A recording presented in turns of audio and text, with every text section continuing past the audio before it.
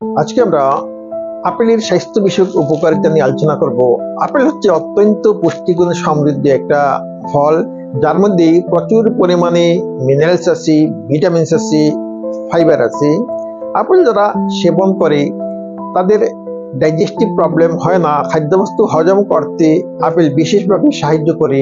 Apple যারা সেবন করে তাদের কনস্টিপেশন সমস্যা হয় না। আপেল মানুষের কনস্টিপেশন সমস্যা দূর করে। আপেল তার মধ্যে যথেষ্ট পরিমাণে অ্যান্টিঅক্সিডেন্ট কম্পাউন্ড আছে, যার জন্য আপেল হার্টের ক্ষেত্রে অত্যন্ত ভালো। হার্ট ডিজিজ হতে দেয় না যারা রেগুলার আপেল সেবন করে। তারপরে আপেল মানুষের ব্রেনের জন্য অত্যন্ত ভালো, ব্রেনকে সুস্থ রাখবে।